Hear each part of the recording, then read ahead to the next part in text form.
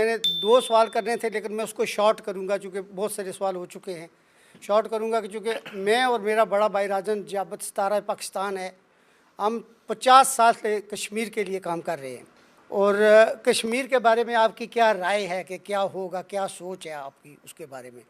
میں دوسرا بھی ساتھ ہی ملا دیتا ہوں, ایک دفعہ جواب دے دیں. دوسرا, ہماری جو نیو جنریشن, ہمارے جو ینگ بچے ہیں نا, میں سب سے پہلا ایشین کنسرویٹو پارٹی کا کونسلر تھا, تو ہمارے جو بچے ہیں نا وہ بھی تقریباً ہمارے کنٹرول سے باہر ہو گئے ہیں. وہ ہمارے نہیں سن رہے ہیں, وہ کشمیر کے بارے میں کیا کریں گے. یہ میرا سوال ختم ہو گیا. مہربانی. دیکھیں جی, آپ کے بچوں کے بارے میں تو میں کچھ نہیں کہوں گا, وہ تو جو کہیں گے وہ آپ ہی کہیں گے.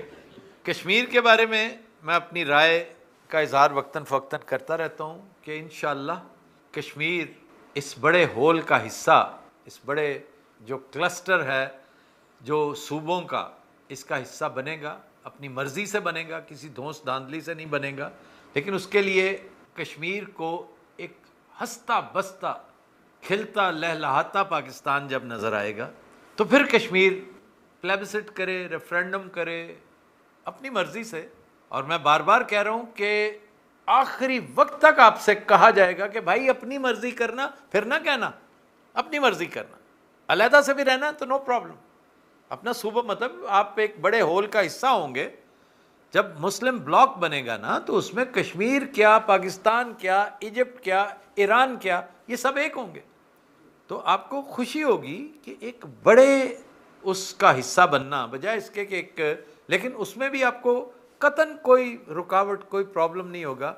مسئلہ کشمیر فار ایور ختم ہو جائے گا. سنتاس معاہدے کی کبھی ضرورت نہیں پڑے گی. اب اس کے اوپر میں بہت ارکریزی کر چکا ہوں, بڑی گفتگو کر چکا ہوں, بڑے ولاگز کر چکا ہوں. مزید گفتگو کی گنجائش کوئی نہیں.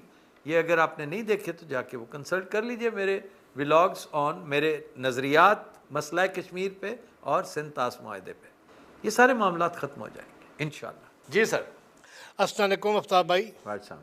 آفتاب بھائی, میرے سے آپ سے 2 سوالات ہیں. ایک یہ کہ اگر ڈیول نیشنلٹی میں یہ قانون رکھ دیا جائے کہ جو بیوروکریٹس ہیں اور سیاستدان ہیں یہ ڈیول نیشنلٹی نہیں لے سکتے, باقی لوگ لے سکتے ہیں, تو اس بارے میں آپ کا کیا خیال ہے؟ اور دوسرا میرا سوال یہ ہے, وہ آپ سے یہ ہے کہ دیکھیں ہماری سمجھ میں یہ بات تو آ رہی ہے جو پی ٹی آئی اور عمران خان کے ساتھ ظلم و ستم کا پہاڑ توڑا جا رہا ہے.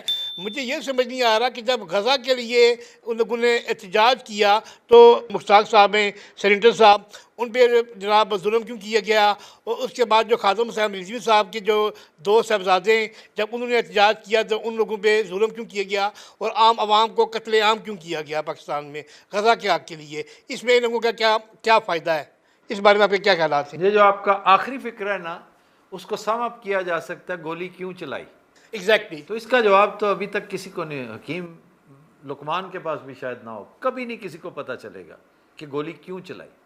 سراسر حماقت تھی لیکن اس کا ارتکاب کر دیا گیا اور اس کا خمیازہ بھگتنا ہے. بہت سو نے بڑی دیر تک بھگتنا ہے. جہاں تک تعلق ہے نیشنلٹی کا, ایک ایک کر کے کرتے ہیں نا نیشنلٹی کا, یہ بڑی اچھی بات ہے کہ یہ جو کرپٹ عناصر ہیں ان بدبختوں کو تو ویسے ہی میں کہتا ہوں ان کا تو بڑا دردناک انجام ہونا ہے, یہ نہیں کہ ہونا چاہیے. ہمارے بس میں ہوتا تو ہم کچھ نہ کر سکتے. یہ جس نے کرنا ہے نا, کیونکہ جن حالات میں کرپشن پاکستان جیسے ملک میں ہوتی ہے وہ میں سمجھتا ہوں کہ یہ کرائم اگینسٹ ہیومینٹی کے زمرے میں آتا ہے, کیونکہ بہت کچھ کر کے یہ کرپشن کا گندا پیسہ اپنی انتڑیوں میں اور اپنے بچوں کے حلق سے اتارتے ہیں, کیونکہ بڑا خطرناک پیسہ, بڑے بڑوں کا قتل عام ہو جاتا ہے جب یہ رشوت 2 نمبری کرتے ہیں نا. تو ان کا حساب کتاب تو اللہ کے ہاں ہے اور وہ بہت جلد ان تک اس کا ہاتھ پہنچنے والا ہے. اس نے ڈھیل دی ہوئی ہے, ایک اس کی اسکیم آف تھنگز ایسی ہے. ایک بات اس سے پہلے کہ آگے بڑھے آپ کی بات کا میں جواب دوں, میں ایک ضمنی سی بات ذہن میں آ رہی ہے جو اکثر آ جاتی ہے اور کئی دفعہ سکپ ہو جاتی ہے. زیادہ دور نہ جائیں کہ آج سے 50 سال 70 سال 80 سال پہلے سے جو کچھ ملک میں ہو رہا ہے, پہلے ایسا نہیں تھا. بتدریج مٹیریلزم کے بڑھتے بڑھتے کرپشن بھی اسی تناسب سے بڑھی ہے. یہ پچھلے 10 سال میں یا لیٹ سے 5 7 8 10 سال میں جو پیسہ سمیٹا گیا اور آج بھی سمیٹا جا رہا ہے, میں اپنے ایمان کا حصہ سمجھتا ہوں کہ وہ ان لوگوں کے کام نہیں آنا. میرے اس تھوڑے کہے کو نا بہت سمجھیں، اس کے اوپر آپ نہیں، یہ لوگ غور کریں کہ یہ جو انبار آپ نے لگا رکھے ہیں، پاگل کے پترو، یہ تمہارے کام آئے گا تو اتنا تردد کرو، تمہارے کام ہی نہیں آنا یہ. تم بڑے بد نصیب ہو کہ تم نے یہ سارا کچھ اکٹھا اپنے دونوں ہاتھوں سے، یہ بچھو، یہ سانپ، یہ کوبراز اکٹھے کر لیے، یہ تمہارے کام نہیں آنے. اور عنقریب تمہارا یہی خزانہ دنیا کے لیے باعث عبرت بننے والا ہے. یہ بات ایسی تھی جو اکثر سکپ ہو جاتی تھی، آج میں نے کر دی، یہاں چونکہ موقع تھا، محال تھا. جہاں تک تعلق ہے نا ڈوئل نیشنلٹی کا، یہ لوگ تو آ رہے ہیں اس میں، یہ تو آئیں گے ہی آئیں گے، اس میں تو کوئی شک والی بات نہیں کہ آپ وہاں کرپشن کریں، دونوں ہاتھوں سے پیسہ سمیٹیں اور جا کے کینیڈا کی نیشنلٹی لے لیجیے، وہاں ایزی ہو کے بیٹھ کے. ہر سروس کے لوگ، صرف عام سول بیوروکریٹ ہی نہیں، ملٹری بیوروکریٹس بھی ایک سے ایک بڑھ کر وہاں پہ بیٹھے ہوئے.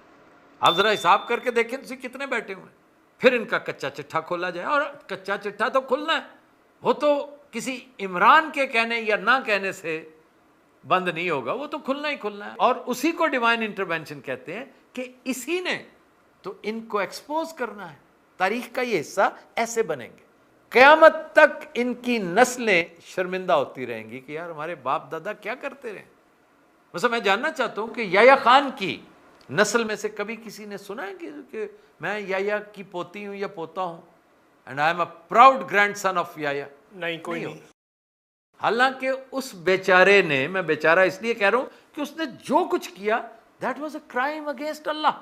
اس کا اور اللہ کا معاملہ تھا. اس کے اندر جو خصلتیں تھیں نا وہ گناہ کے زمرے میں آتے ہیں، جرائم تھوڑے ہیں. یہ لوگ تو جرائم کرتے ہیں، بہت سے ایسے ہیں. یہ میں کرپٹ جرنیلوں کی، کرپٹ افسروں کی، کرپٹ وزیروں اور کرپٹ لوگوں کی بات کر رہا ہوں. ایون بزنس مین بھی کم نہیں ہے، وہ بھی کرپٹ ہے، میڈیا بھی کرپٹ ہے.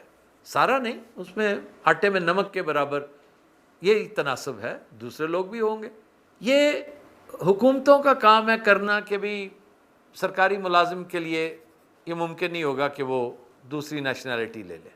جہاں تک آپ مجھ سے پوچھتے ہیں تو میں اپنی اوپینین تھوپنا نہیں چاہتا، لیکن فیکٹ یہ ہے کہ اگر آپ مجھ سے پوچھیں کہ آپ پاکستان کی نیشنلٹی چھوڑ دیں تو ہم آپ کو فلاں ملک کا وزیر اعظم لگا دیں گے یا صدر لگا دیں گے، بادشاہ بنا دیں گے، تو بھائی اس کا تعلق اس کے ساتھ ہے، اس کے ساتھ نہیں. اگر دماغ سے پوچھوں گا تو وہ تو اور طرح کی طویلیں دے گا. لیکن میں نے چونکہ دماغ سے پوچھنا کافی دیر کا بند کر رکھا ہے، یہی وجہ ہے کہ میں بہت ساری آل فال بھی کہہ دیتا ہوں. میرا معاملہ قلبی ہے، پیور دل کا، روح کا. تو میری روح اجازت ہی نہیں دیتی، میرا دل اجازت نہیں دیتا.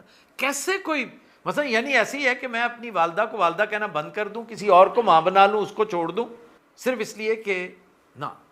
البتہ جن لوگوں کے جو یہاں کے بورن اینڈ بریڈ ہیں، جو یہاں کے عرصہ دراز سے یہاں رہتے ہیں اور پاکستانی نیشنلٹی بھی چل رہی ہے ان کے معاملات پہ لیجسلیشن کرنی پڑے گی، سر جوڑ کے بیٹھنا پڑے گا، کوئی نہ کوئی سلوشن نکل آئے گا. لیکن ان کی تو کوئی بچت نہیں ہے. جب آپ نے سرکاری بانڈ بھر دیا تو پھر آپ اس طرف سے محروم ہو گئے. تو اس لیے لیجسلیشن کے لیے ہمیں جگہ چھوڑنی چاہیے. جی فرنٹ پہ. جی السلام علیکم آفتاب صاحب. جی میرا سوال پنجاب گورنمنٹ کے حوالے سے ہے، جو اس وقت موجودہ کرنٹ گورنمنٹ ہے.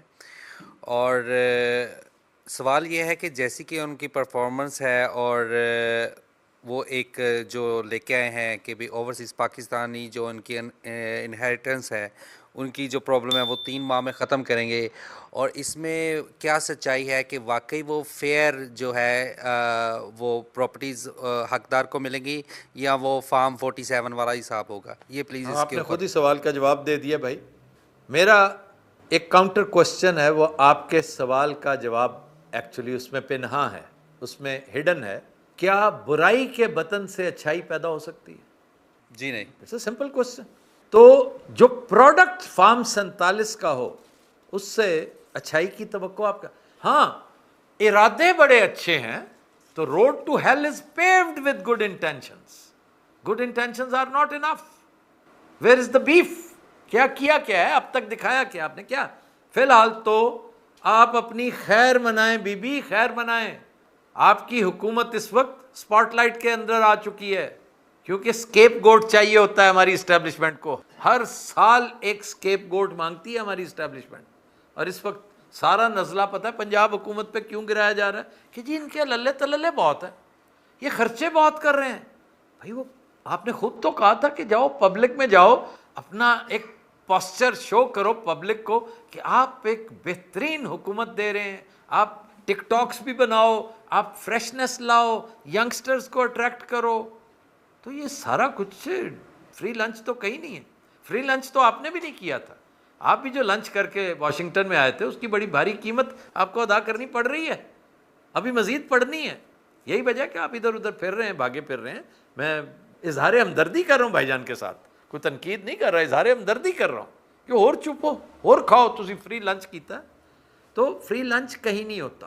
فارم 47 والوں نے بھی جو حکومت ایکسیپٹ کی تھی فری لنچ سمجھ کے, اس کی قیمت ادا یہ کی کہ قیامت کی دوپہر تک یہ کبھی سیاسی جماعت کے طور پہ سر نہیں اٹھا سکیں گے. یہ لکھ لیں جا کے, کیونکہ جنریشنز یاد رکھتی ہیں. یہ وہ لوگ ہیں جنہوں نے یہ کیا تھا, جس کے نتیجے میں, کیونکہ ابھی نتیجہ سامنے نہیں آیا, یہ ساری فصل پک رہی ہے. وہ ڈیزاسٹر جو آنا تھا نا وہ عنقریب آنے والا ہے. وہ صورتحال جس کو ہم سول وار کا نام دیتے ہیں, کہ وہ شکل ابھی تو مار کٹ کے آپ نے چپ کروا رکھا ہے سب کو. یہ کب تک معاملہ رکے گا چھپے گا؟ کیونکہ یہ نیچر ہے, نیچر کا آپ پانی کے آگے ڈیم ایک حد تک بنا سکتے ہیں, اس کے بعد اس نے بلاسٹ کر دینا ہے. آپ اپنی اکانومی کو دیکھیں, اس وقت آپ کی اکانومی, آپ کا غریب کسان کہاں تھا کہاں پہنچا ہوا ہے. تو آنے والے دنوں میں اکانومی کی وجہ سے آپ کا یہ باٹم بسٹ ہوگا, پھر آپ کے اس غبارے میں سے ہوا نکلے گی, پھر انہیں سمجھ آئے گی کہ ہم کہاں بیٹھے ہیں اس وقت. تو اس سارے گند کا جب تخمینہ لگایا جائے گا کہ یہ سارا کچھ کدھر گیا, او ہو اس کا آغاز تو ہوا تھا فارم 47 سے, تو پھر فارم 47 والوں کو یاد رکھا جائے گا. پھر مورخین لکھیں گے کہ یہ تھے کلپریٹس, اصل کلپریٹس. تو وہ جتنا مرضی کہیں کہ 3 مہینے میں یہ کر دوں گی, میں وہ کر دوں, فی الحال تو کچھ نظر نہیں آیا. میں تو سیدھا اصول ہے کہ برائی کے وطن سے اچھائی پیدا کیسے ہو سکتی.